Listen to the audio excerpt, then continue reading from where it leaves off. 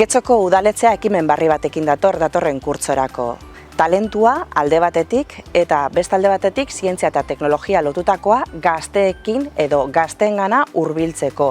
Bizilabe deitzen da proiektua eta zek bateratzen gaitu ganera gauza garrantzitsu batek, euskerak. Euskaraz egingo ditugu tailer ezberdinak, Getxon talentu barriak jaiotzeko teknologia eta zientziaren arloan. Beraz, animatu zaitezte. Bizilabe programa aisialdiko programa da. Astean ordu eta erdi joango dira bizilabera umeak. Zer egingo dute zientzia eta teknologia oso modu praktiko eta esperimentalean.